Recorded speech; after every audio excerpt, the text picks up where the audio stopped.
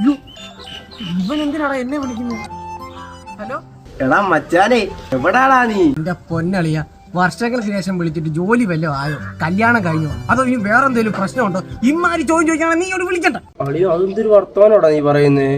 ഒന്നുമില്ലേലും നമ്മള് 3 വർഷം ഒരുമിച്ച് പഠിച്ചതല്ലേടാ. ഞാൻ നിന്നോട് അങ്ങനെ പറയൂ? അങ്ങനാണോ? എന്നാ പറ. പിന്നെ അടുത്ത മാസം എന്റെ കല്യാണമാണ് അളിയ. നമ്മുടെ ബാച്ചിലുള്ള എല്ലാരും വരുന്നുണ്ട്. നിനക്കറിയാലോ, നീ വന്നേ പറ്റൂ. ഇനി എനിക്ക് ആവശ്യമുണ്ട്, നീ വരണം. എടാ നീ ചിരിക്കുവാണോടാ? എടാ നിനക്ക് എങ്ങനെയാടാ ഇത്ര ഹാപ്പി ആയിട്ടിരിക്കാൻ പറ്റുന്നത്? നമ്മുടെ ബാച്ചില് നീ മാത്രമേ ഉള്ളൂ പെണ്ണ് കേട്ടാതെ. ഉടനെ പെണ്ണ് കേട്ട് കേട്ടോ.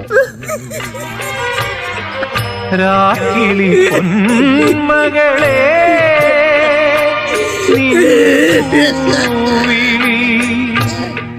യാത്രാ മൊഴിയാണോ?